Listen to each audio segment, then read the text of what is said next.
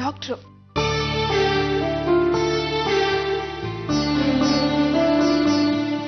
ನಮಸ್ಕಾರ ಡಾಕ್ಟರ್. ನಮಸ್ಕಾರ. ಈಗ ಹೇಗಿದ್ದೀರಾ? ಚೆನ್ನಾಗಿದ್ದೀನಿ. ನಮ್ಗೆಲ್ಲ ತುಂಬಾ ಭಯ ಇತ್ತು, ಇಷ್ಟು ಚಿಕ್ಕ ವಯಸ್ಸಿನ ಡಾಕ್ಟ್ರು ಅಷ್ಟು ದೊಡ್ಡ ಆಪರೇಷನ್ ಹೇಗ್ ಮಾಡ್ತಾರೆ ಅಂತ. ಕೊನೆಗೂ ಆಪರೇಷನ್ ಮಾಡಿ ಏನದು ಸಕ್ಸಸ್ ಮಾಡೇ ಬಿಟ್ರು. ಇವರು ನನ್ನ ಪಾಲಿನ ದೇವ್ರು. ನನ್ನ ದೇವ್ರನ್ನ ನನಗೆ ವಾಪಸ್ ಕೊಟ್ರು.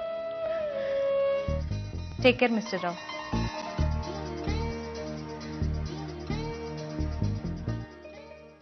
ನಾಣಿ, ಒಂದು ಕೆಲಸ ಹೇಳಿದ್ರೆ ಅದನ್ನ ಸರಿಯಾಗಿ ಮಾಡೋದು ಗೊತ್ತಿಲ್ವಾ ನಿನ್ಗೆ?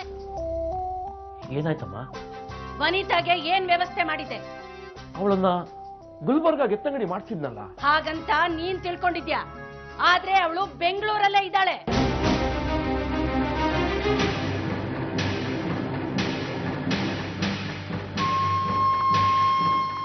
ಆಸ್ಪತ್ರೆಯಲ್ಲಿ ನರಸಿಂಹನ್ವರೆಗೂ ಅವಳು ಕೈ ಚಾಚಿದಾಳೆ ಅಂದ್ರೆ ಇದೆಲ್ಲ ಪರ್ಸುದೇ ಕೈವಾಡ ಇರಬೇಕು. ಅವನ ಆಸ್ಪತ್ರೆಯಲ್ಲಿ ಇರೋದು ಇವ್ರಿಗೆಲ್ಲ ಹುಡುಗಾಟ ಆಗೋಗ್ಬಿಟ್ಟಿದೆ. ಹೇಳೋರಿಲ್ಲ ಕೇಳೋರಿಲ್ಲ. ಇದೇನು ಯೋಚನೆ ಮಾಡಬೇಡಿ ಅಮ್ಮ, ಇದಕ್ಕೆಲ್ಲ ಒಂದು ವ್ಯವಸ್ಥೆ ಮಾಡ್ತೀನಿ. ಅದೇನ್ ಮಾಡ್ತೀಯೋ ಏನು, ಇನ್ನು ಮುಂದೆ ಹೀಗೆಲ್ಲ ನಡಿಬಾರ್ದು. ಅಕಸ್ಮಾತ್ ನರಸಿಂಹನ್ಗೆ ವನಿತಾ ಏನಾದ್ರೂ ಮಾಡ್ಬಿಟ್ಟಿದ್ರೆ? ವನಿತಾ ಮೇಡಮ್ ಹೇಗಿದ್ದಾರೆ? ಚೆನ್ನಾಗಿದ್ದಾಳ?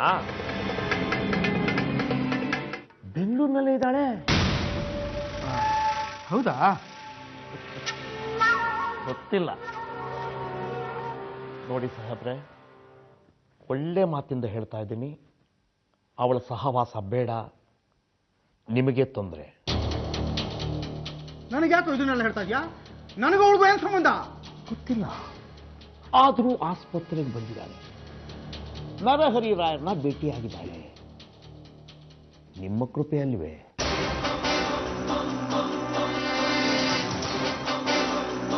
ಅವಳಿಂದ ಎಷ್ಟು ದೂರ ಇರ್ತಿರೋ ಅಷ್ಟು ನಿಮ್ಗೊಳ್ಳೆಯದು.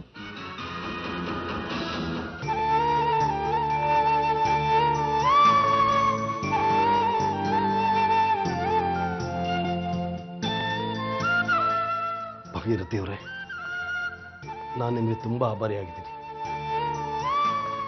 ನಿಮ್ಮಿಂದ ನನಗೆ ಸಾವಿತ್ರಿ ಸಿಕ್ಕಿದ್ಲು. ಸಾವಿತ್ರಿ ನನ್ನ ಹೋದ ಜೀವ ವಾಪಸ್ ಬರೋ ಹಾಗೆ ಮಾಡಿ ಸಾಕ್ಷಾತ್ ಸಾವಿತ್ರಿ ಇನ್ಸ್ಕೊಂಡ್ಬಿಟ್ಲು.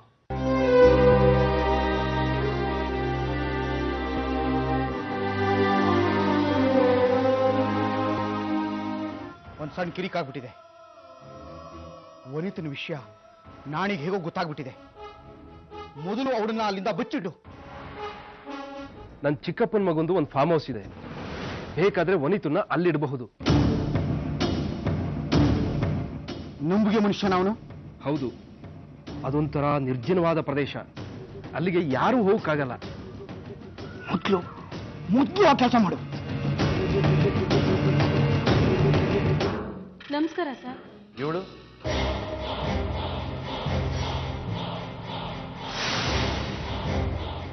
ಇವಳು ವಿದ್ಯಾ. ನಿಂಗೆ ಹೇಗೆ ಗೊತ್ತು? ಇಲ್ಲಿ ಆಯ ಆಗಿ ಕೆಲ್ಸಕ್ಕೆ ಸೇರ್ಕೊಂಡಿದ್ದಾಳೆ. ದಾವಣಗೆರೆ ಅವಳು. ಯಾವಾಗ್ಲೂ ನರಸಿಂಹರಾವ್ ವಾರ್ಡಲ್ಲೇ ಇರ್ತಾ ಇದ್ಲು. ಅದೇನ್ ರಾಜಕಾರ್ಯ ಇತ್ತೋ ಏನೋ. ನಿನ್ನೆಯಿಂದ ಕೆಲ್ಸಕ್ಕೂ ಬಂದಿಲ್ಲ ಸರ್. ರಜಾ ಬೇಕು ಅಂತ ಒಂದು ಮಾತು ಕೇಳೂ ಇಲ್ಲ.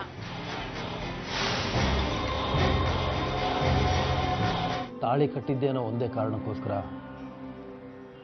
ನಾನು ಸಹಿಸ್ಕೊಂಡಿದ್ದೆ ಅಲ್ವಾ?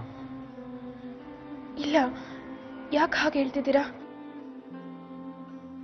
ಇನ್ನೇನು, ಯಾವ ಸುಖ ಕಂಡೆ ನೀನು? ನಿಮ್ಮ ಹೆಂಡತಿ, ಈ ಮನೆ ಸೊಸೆ ಅನ್ನೋ ನೆರಳೆ ಸಾಕು.